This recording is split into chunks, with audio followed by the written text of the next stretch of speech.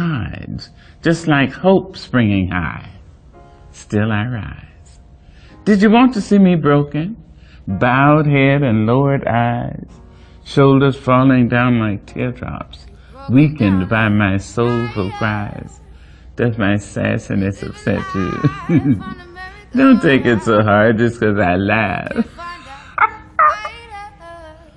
As if I have gold mines digging in my own backyard. You can shoot me with your words. You can cut me with your lies. You can kill me with your hatefulness. But just like life, I'll rise. Does my sexiness offend you? Oh, does it come as a surprise that I dance? And Eric begins writing the script, loosely based off of one of the ideas I came up with. And the script begins to take on a life. And in my mind, I'm thinking, oh, okay, they're just gonna I came up with this character, it's in one space, and Eric's gonna make a story out of it. We're just gonna shoot it.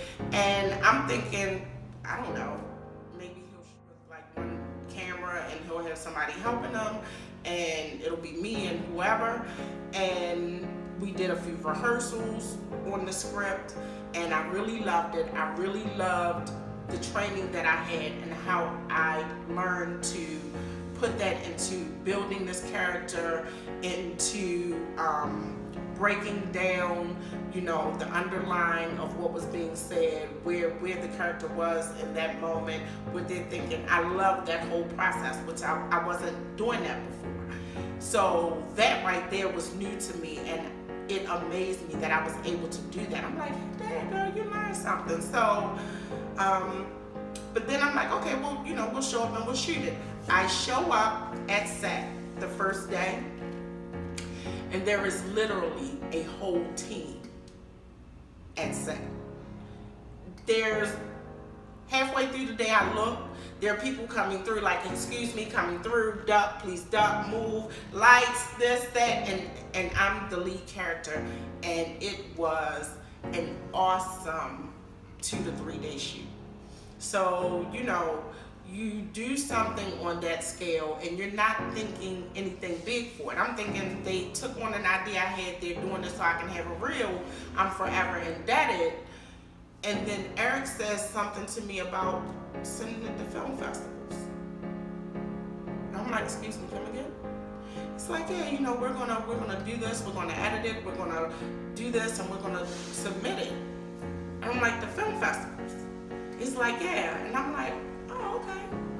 And I am literally in my car going through the roof because I had no idea that that's what we were doing. And so everything happened, and they did color correction and all that stuff, and it was on this grand scale. And then Eric started submitting The Love Within, which is the film that we did to film festivals. And when I tell you, if you don't know if you're cut out to be an actress or not, have a film that is getting submitted to a film festival. It will either make you or break you. You will either want to run down the street screaming, or you will either want to run and hide under the covers, because as we were submitting, eventually Eric would say, this is the deadline, this is when you will hear about if your film got in, and the film wasn't getting in.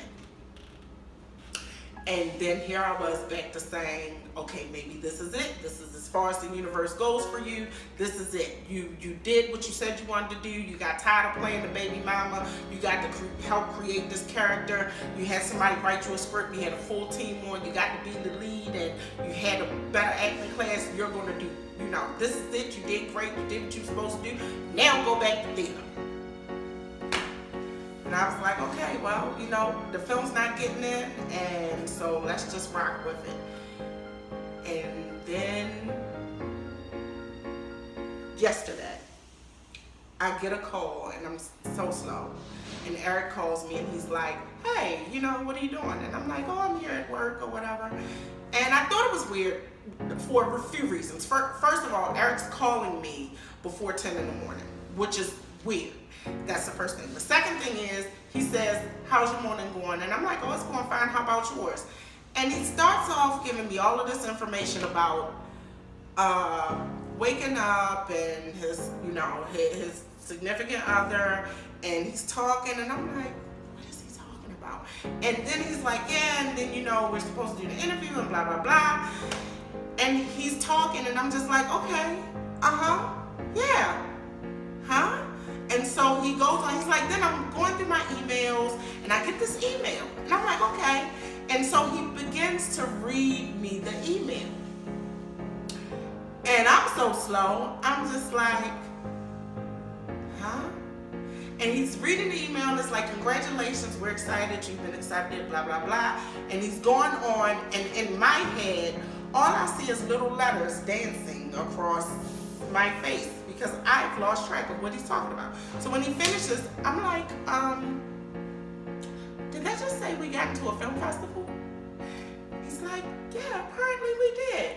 And I lose it. In that moment, I lose it. You know why? Because I thought that the universe said, hey, this is as far as you'll go. We'll stop right here. And then we got into a film fest. The love within got into a film fest. An idea that started from an acting class that said, hey, give us 3 characters, we'll see what we can do. A full script written by D. Eric Cotton, acting classes by me whole, a full-on production team got us into a film fest. And so I booked a commercial also, which I found out I booked the commercial before I found out we got into the film fest, and I was just happy to book the commercial. But hey, I mean, if you could take a film fest and a commercial at the same time, we'll do it. So I've been literally on cloud 9 since yesterday. And I can't even explain what one yes feels like. You know how they say as an actress you'll get so many no's, you get so many no's. And you do. You get so many no's. You get so many no's that you're like, okay, do I lose weight? Do I cut my hair off? Do I grow my hair long? What did I do wrong? One thing that has helped me with the auditions is journaling. Journal after every audition. Journal after every audition. Write down what you did right, what you did wrong, what you want to change. Do that, because that has helped me. And so I'm like, we didn't get in, or we did get in, or whatever, but we're in. And that is another gut moment of the universe saying, see, everything doesn't move when you want it to move. Sometimes there are rest periods so that you can regroup for the next door that's about to open. So that's where I am right now. Where I see myself going from here, Naturi Naughton on Power has become my new acting coach.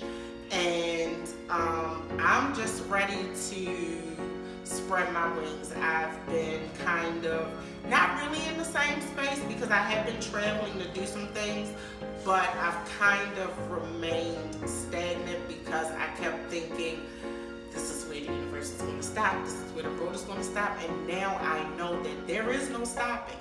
I don't have to wait to lose the 30 pounds I want to lose just so that door will open. That door is going to open when it's time for it to open. My only commitment is to continue to train, to work hard, to take advantage of the opportunities, to network, to make sure that I feel confident, that I'm humble, but that I know when I step into any room to audition, I came to win. And if I don't win, if I don't get it, if I don't book it, it's fine.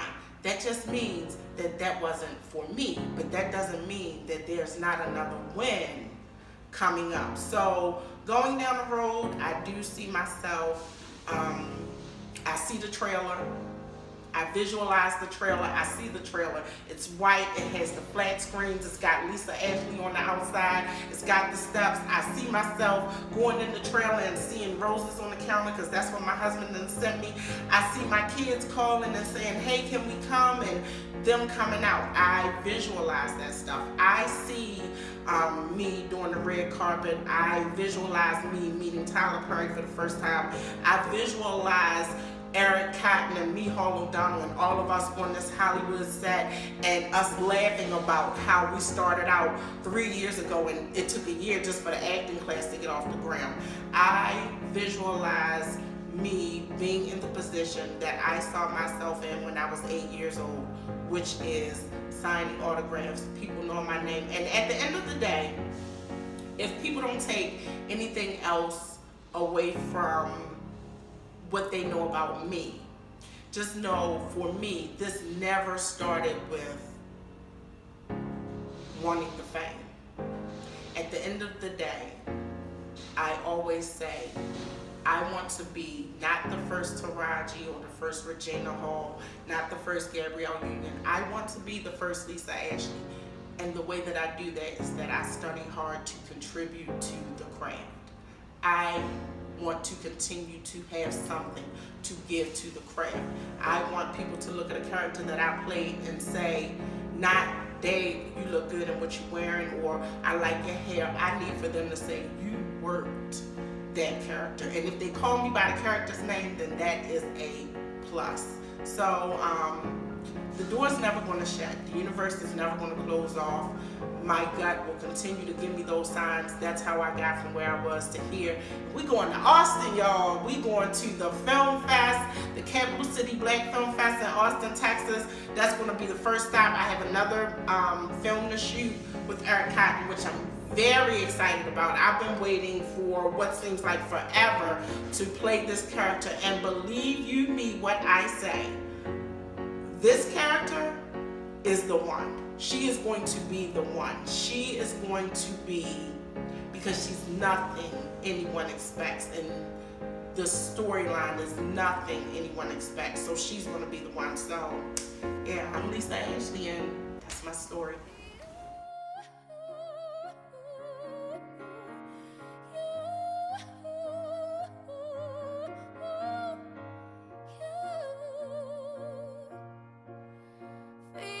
Write me down in history with your bitter, twisted lies. You may trod me in the very dirt, but still like dust, I'll rise. Does my sassiness upset you? Why are you beset with gloom? Just 'cause I walk as if I have oil wells pumping in my living room. Just like suns and like moons, with the certainty of tides, just like hope springing high. Still I rise. Did you want to see me broken?